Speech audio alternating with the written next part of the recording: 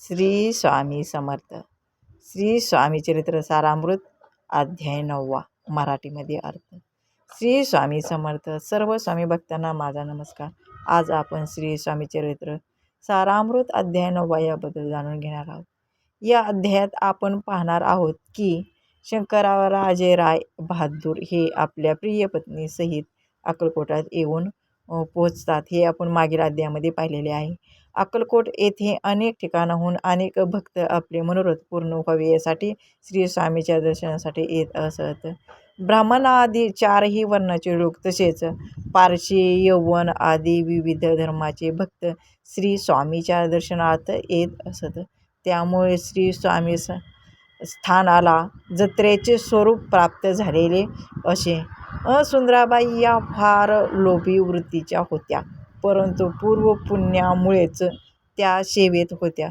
श्री स्वामीच्या जवळ होत्या.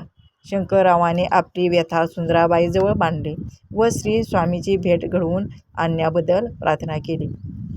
शंकरराव हे फार मोठे आसामी आहेत हे सुंदराबाईंना समजताच त्यांच्या मनात लोभ उत्पन्न झाला व व्याधीतून मुक्त झाल्यावर 2000 रुपये द्याल असे वचन सुंदराबाईंनी शंकररावाकडून मागितले.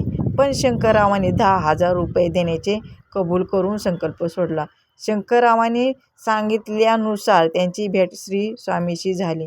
त्यावेळी श्री स्वामी शेख नूर बाबांच्या दर्ग्यात होते.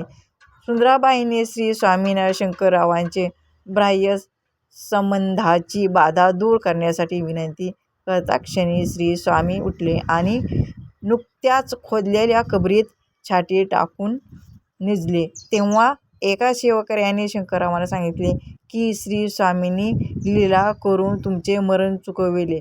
श्री स्वामींनी शंकररावांना कडू लिंबाच्या पाल्यामध्ये 10 मिरी वाटून ते औषध नेहमी सेवन घेण्यासाठी सांगितले आणि तुझी संबंध बाधा दूर होईल असे सांगितले.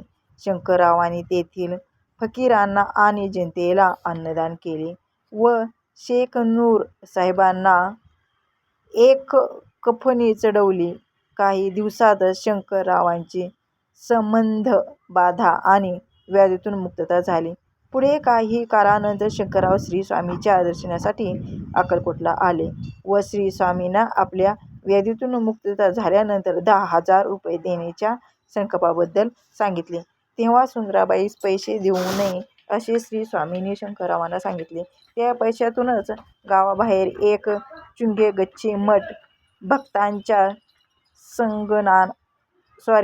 संगनमताने बांध अशी आज्ञा शंकररावांनी श्री स्वामींनी दिली.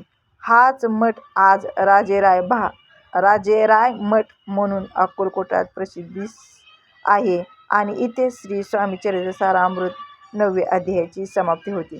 श्री स्वामी समर्थ.